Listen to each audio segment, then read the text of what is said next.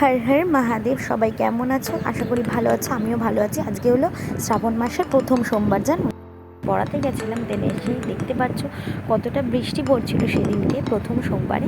দেন আমরা ডিসাইড করলাম গঙ্গায় স্নান করতে যাবো। এই যে গঙ্গায় স্নান করতে যাব বলে তাড়াতাড়ি করে রেডি হয়ে এই তোমার ফোন টোন রেখে গঙ্গায় স্নান টান করে এসে আমি এই যে বাবাকে পুজো দেবো বলে সব রেডি করছিলাম, ফল টল কাটা, সব কিছু ধোয়া মোছা। আর তুমি দেখতে পাচ্ছ যে বাবা বাজার থেকে একটা এত বড় আম এনেছে, যে আমটা কাটতে গিয়ে আমি লিটারালি হাসছি। সে কাটতে পারছিলাম না, চেপে চেপে আমি ভাবলাম হাত চাপে কেটেই গেল। তারপরে কত কষ্ট করে কাটলাম একটুখানি, যাই হোক দেন কেটে ওটাকে পিস পিস করে এই যে আর এই কাঁঠালটা হচ্ছে আমাদের নিজেদের গাছের কাঁঠাল।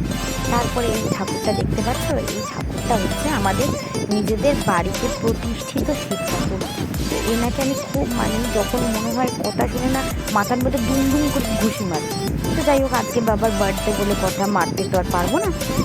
ভালো করে ঘি মধু তার দিয়ে সুন্দর করে জল ঠল ঢেলে তার মধ্যে দুধ ঢেলে পুজো দিয়ে ফুল টুল দিয়ে ভালো করে এই যে থালায় বাটা সাজিয়েছিলাম, 5 রকমের ফল দিয়েছিলাম, মিষ্টি এনেছিলাম, মিষ্টি টিষ্টি সব কিছু দিলাম। যে বাবার কাছে প্রার্থনাও করলাম যে বাবা তুমি ভালো দেখো, সবাইকে ভালো রেখো, সবাইকে ভালো রেখো।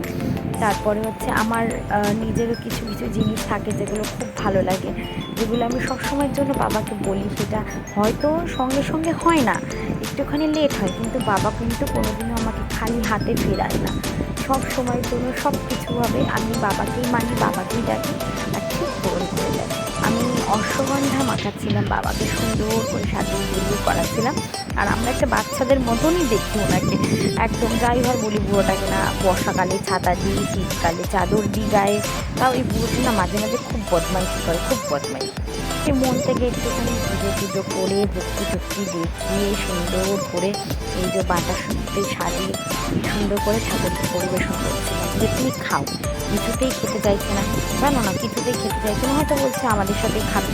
তো তাড়াতাড়ি করে ওখানে ঠাকুরকে দিলাম, তারপরে নিচে যে আমাদের নন্দী আছে নন্দীকে দিলাম, তারপরে বট গাছে আমরা খাবার দিই, তো বট গাছের গোড়াতেও দিলাম, তারপরে ঘরের ঠাকুর আছে তাদেরকে দিলাম, সূর্য দেবতাকে প্রণাম করে এই যে বাবার কাছে মাথা ঠুকছিলাম। তখন জানে বেলপাতা আর বাবার মাথায় কী জোরে গুঁতো লেগেছিলো আমার, এত বাজি সারাক্ষণ। আর জানো সব থেকে অবাক করার ঘটনা, কিছু যদি আমি বাবার কাছে বলি যে তুমি আমাকে দিলে না, তো এবার তোমাকে একদম মারবো, দেখো দুম করে ধরো মাথায় একটা ঘুষি মারলাম, তখন ওনার মাথায় না একটা আমাদের রূপোর বেলপাতা দেওয়া আছে, তখনই ঠিক আমার হাতে নয় খোঁচা লাগবে, নয় কপালে খোঁচা লাগবে, কেটে কুটে রক্ত বেরোয়, মানে এত কাজই তোমরা বুঝতেই পারছো। সবসময়ের জন্য আমরা এনাকে মেনে থাকি, এনাকে সবসময়ের জন্য আমরা দেখি, ঠিক একটা বাচ্চাকে যেমন যত্ন করতে হয় ঠিক তেমনই করি। তো আশা করি সবাই এটা জানে, আমাদের এনাকে নিয়ে অনেক চর্চা হয়েছিল, অনেক কিছু হয়েছিল এনাকে প্রতিষ্ঠিত করা নিয়ে, কিন্তু শেষ পর্যন্ত সবাই কিন্তু এনাকে মেনেছে, এনাকে দেখে। তো এই ভালো থেকো সবাই। আর ভিডিওটা কেমন লাগলো একটু জানিও, কেমন, টাটা।